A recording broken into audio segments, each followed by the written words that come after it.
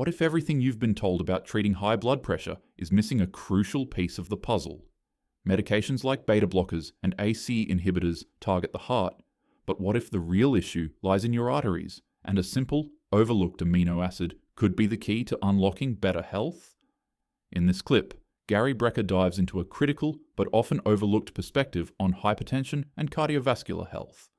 While most medical approaches focus on the heart when diagnosing high blood pressure, Gary Brecker, who is a human biologist and former mortality expert in the insurance industry, argues that we often miss a crucial factor: the health of the arteries. He explains that issues like atherosclerosis and arterial constrictions can significantly contribute to hypertension by forcing the heart to pump against restricted blood flow.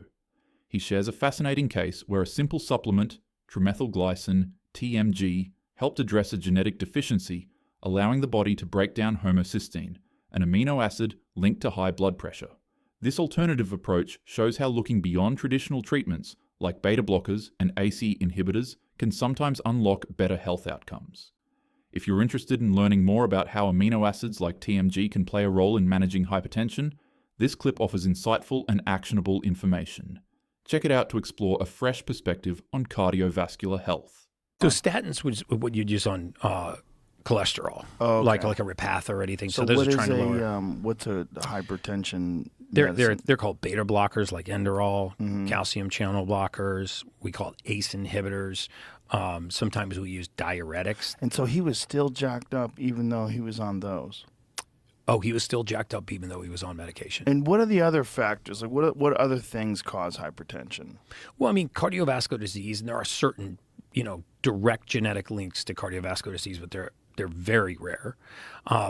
But diet, atherosclerosis, narrowing of the arteries, arterial sclerosis, hardening of the arteries, calcifications in the arterial wall can cause pressure to go up.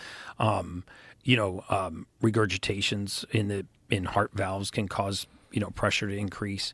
But when you think about the heart as a muscle, right, and all four chambers are circulating blood normally, and it's got a good vascular supply, but it's beating into constricted pipes, think about what happens. That pressure is going to back up, right? And so we rarely go outside the heart to diagnose whether or not, and for the record, I am not a physician. I'm not licensed to practice medicine. I'm a human biologist. I didn't, learn my trade in medical school. I took 8 years of undergrad and postgraduate education in human biology. But for 20 years, I was a mortality expert in the insurance industry, and I just read medical records for a living. So the vast amount of what I've come to understand about modern medicine has just come from reading thousands and thousands and thousands of medical records. And you can see very often that when people were being diagnosed with high blood pressure, they were always looking at the heart. They never looked outside the heart to say, well, could it possibly be beating into a dysfunctional arterial system? And so in Dana's case, and I should have brought the numbers because I had the week-over-week numbers. It was astounding. We just put him on a simple amino acid called trimethylglycine, an amino acid you can get off the shelf. And what it did was it made up for this genetic deficiency, this lack of code to break down homocysteine. And his body started to methylate to break homocysteine down. And is this a amino acid that pretty much everybody should be taking? It's an amino acid that everybody with hypertension should consider if they have high homocysteine. And say the word again. What is it? What's the amino acid called? Trimethylglycine, TMG. Is that capital T, capital M? Similar to regular glycine? No, this is trimethylglycine. It's a little bit different than the amino acid glycine. So trimethylglycine will actually help to metabolize, to help give the body the raw material it needs. I feel like I should write this shit down. I'm going to write down trimethylglycine. He's going to be on trimethylglycine tomorrow. Well, I just want to keep track of all these different things you're saying, and oftentimes I do forget. So trimethylglycine, I'm going to write trimethylglycine, or just put capital TMG. That's what it'll say on the bottle. TMG. Okay. And so, sometimes I use the analogy that, when I was getting my second human biology degree, I was in grad school getting my human biology degree. I had to take all these plant botany courses, which I hated, but you have to take them. Morphology of thallophytes and all these crazy courses about plants.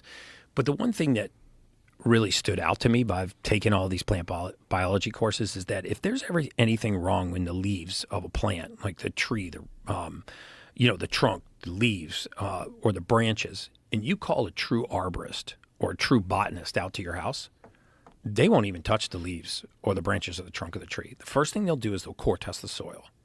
And they'll go, you know what? This soil's deficient in nitrogen. And then they'll add nitrogen to the soil and the leaf will heal.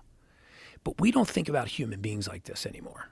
As you've just seen, understanding hypertension and cardiovascular health goes far beyond just treating the heart. Simple solutions, like the amino acid TMG, can make a world of difference when we address the root causes.